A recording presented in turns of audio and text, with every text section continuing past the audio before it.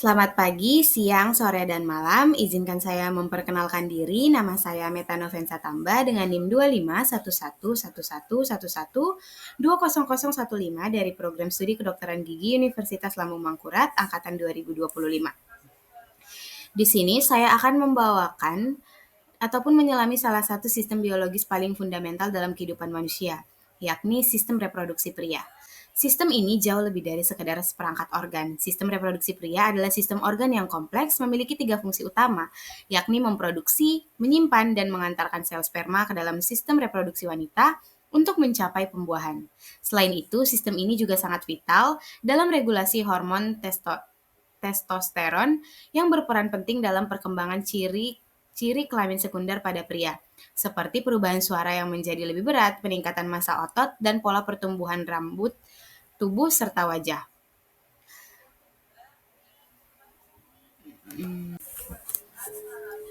Testis adalah organ reproduksi pria yang berbentuk oval dan berjumlah sepasang, terletak di dalam skrotum. Secara anatomi, testis berfungsi sebagai tempat pembentukan sel-sel reproduksi pria atau spermatogenesis, sekaligus penghasil hormon testosteron yang berperan penting dalam perkembangan ciri-ciri seksual sekunder pria. Setiap testis tersusun dari ratusan tubulus seminiferus yang berkelok-kelok, yaitu lokasi utama tempat sel germinal berkembang menjadi spermatozoa melalui proses yang teratur dan bertahap. Pada dinding tubulus ini terdapat berbagai jenis sel termasuk sel Sertoli yang bertugas menopang, memberi nutrisi, serta menjaga lingkungan mikroskopis yang optimal untuk pematangan sperma. Di ruang antar tubulus terdapat sel Leydig yang menghasilkan hormon testosteron sebagai respon terhadap stimulasi hormon dari hipofisis. Testis menerima suplai darah melalui arteri testikular yang dikelilingi oleh lapisan-lapisan pelindung seperti tunika vaginalis dan tunika albuginea yang berfungsi menambah kekuatan struktural. Tunika albuginea membentuk sekat-sekat yang membagi testis menjadi lobulus, di mana di setiap lobulus mengandung jaringan tubulus seminiferus. Sperma yang telah terbentuk mengalir menuju jaringan rete testis yang diteruskan ke epididymis untuk pematangan lebih lanjut. Di dalam skrotum, testis dijaga pada suhu sekitar 2-4 derajat Celcius lebih rendah dari suhu tubuh normal, karena suhu yang lebih rendah diperlukan untuk produksi sperma yang optimal.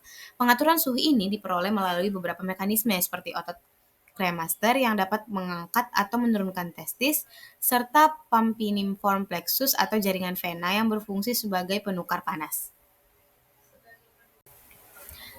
Skrotum adalah kantong kulit berlapis otot yang menggantung di bawah pangkal penis dan berfungsi sebagai tempat pelindung dan penyangga bagi kedua testis.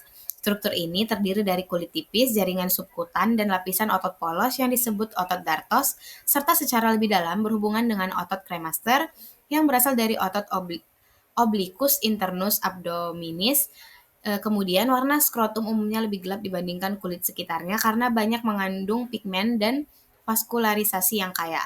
Skrotum juga dibagi menjadi 2 kompartemen oleh septum skortale, sehingga masing-masing testis berada dalam ruangan terpisah dan mengurangi resiko kerusakan bilateral apabila terjadi trauma atau infeksi. Fungsi utama skrotum ini adalah mengatur suhu testis agar tetap berada pada kisaran 2-4 derajat Celcius lebih rendah daripada suhu normal tubuh, yang sangat penting bagi proses pembentukan sperma atau spermatogenesis. Pengaturan suhu ini dilakukan melalui mekanisme kontraksi dan relaksasi otot-otot skrotum. Ketika suhu lingkungan dingin, otot dartos dan kremaster berkontraksi sehingga testis ditarik mendekati tubuh untuk mempertahankan kehangatan. Sebaliknya, pada kondisi panas, otot-otot ini direlaksasikan sehingga testis turun menjauhi tubuh dan terjadi peningkatan luas permukaan untuk pendinginan. Selain itu, keberadaan pampinum flexus, jaringan vena yang mengelilingi arteri tesikuler, membantu mendinginkan darah arteri melalui sistem pertukaran panas atau counter current heat exchange system. Selanjutnya, di sini saya akan menyampaikan informasi mengenai epididymis. Epididymis adalah saluran panjang yang sangat berkelok-kelok, terletak di bagian posterior dan superior testis. Struktur ini terdiri dari 3 bagian utama, yaitu kaput, korpus, serta kauda. Secara anatomis, epididymis melekat erat pada testis dan berfungsi sebagai tempat pematangan, penyimpanan, dan transportasi sperma yang diproduksi di tubulus seminiferus. Panjang keseluruhan epididymis mencapai sekitar 6 meter jika diluruskan, meskipun secara makroskopis tampak seperti struktur kecil yang melengkung karena sangat padat dan berpilin. Bagian kaput atau kepala menerima sperma dari retetesis melalui ductus efferentes, sedangkan korpus atau badan berfungsi sebagai saluran pematangan lanjutan dan kauda atau ekor menjadi tempat penyimpanan sperma dewasa yang siap dikeluarkan saat ejakulasi. Secara fisiologis, epididymis memainkan peran penting dalam pematangan fungsional sperma. Ketika keluar dari testis, sperma masih belum mampu bergerak secara mandiri dan belum dapat membuahi ovum. Selama perjalanan melalui epididymis, sperma mengalami perubahan biokimia, termasuk pembentukan kemampuan motilitas progresif yang perubahan struktur membran sel sperma sehingga menjadi lebih stabil dan siap untuk fertilisasi. Vas deferens atau ductus deferens adalah saluran otot panjang yang berfungsi membawa sperma dari epididymis menuju uretra pada saat ejakulasi. Saluran ini berukuran sekitar 30-45 cm, memiliki dinding yang sangat tebal karena tersusun atas lapisan otot polos yang kuat. Vas deferens dimulai dari kauda epididymis, naik melalui funiculus spermaticus, melewati kanalis inguanalis, kemudian masuk ke dalam rongga panggul dan akhirnya berakhir dengan bergabung bersama ductus atau vesicula seminalis, membentuk ductus ejaculatorius sebelum bermuara ke uretra prostatica. Secara histologis, vas deferens memiliki struktur yang khas, lapisan mukosa dengan epitel kolumner bertingkat, semu, kemudian lapisan submukosa, dan lapisan otot polos yang sangat tebal. Otot polos ini terdiri dari 3 lapisan, yakni longitudinal, sirkular, dan longitudinal, yang bekerja secara terkoordinasi menghasilkan kontraksi peristaltik kuat untuk mendorong sperma selama ejakulasi. Dinding vas deferens yang tebal membuat lumen tampak kecil dan berbentuk tak beraturan pada potongan mikroskopis.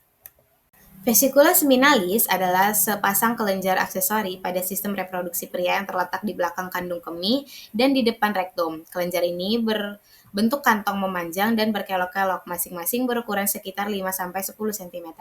Vesicula seminalis berfungsi memproduksi dan mengeluarkan cairan kental berwarna kekuningan yang menjadi sekitar 60-70% volume semen.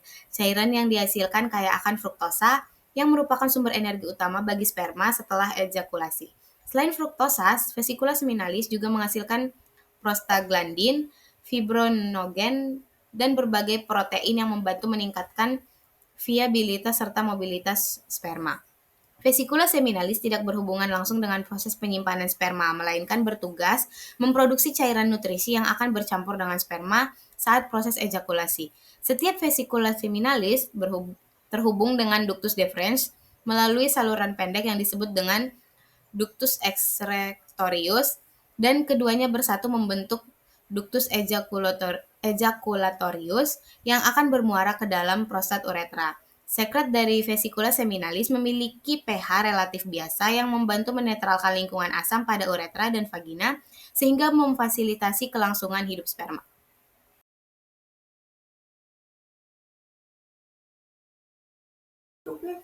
Penis adalah organ reproduksi eksternal pria yang berfungsi sebagai alat kopulasi atau persetubuhan dan sebagai saluran keluarnya urin serta semen dari tubuh. Secara anatomi, penis tersusun dari jaringan erektil, pembuluh darah, saraf, dan saluran uretra. Organ ini terletak di bagian anterior perineum dan melekat pada tubuh melalui akar penis atau radix penis, kemudian memanjang keluar sebagai batang penis atau korpus penis, dan berakhir pada glans penis. Kulit penis tipis, longgar, dan sangat elastis, memungkinkan perubahan ukuran yang drastis saat ereksi terjadi. Struktur internal penis terdiri dari 3 kolom jaringan erektil, yaitu sepasang corpus cavernosum yang terletak di sisi dorsolateral dan corpus spongiosum yang berada di bagian ventral. Corpus spongiosum mengelilingi uretra dan melebar pada bagian ujung membentuk gland penis. Ketiga jaringan erektil ini dibungkus oleh lapisan kuat yang disebut sebagai tunika albuginea yang menjaga bentuk dan kekuatan penis saat ereksi. Ereksi terjadi ketika rangsangan seksual memicu pelebaran arteri dan meningkatkan aliran darah ke jaringan erektil. Sudah selesai. Demikian informasi yang saya dapat sampaikan. Jika ada kesalahan kata, saya mohon maaf. Sekian dan terima kasih.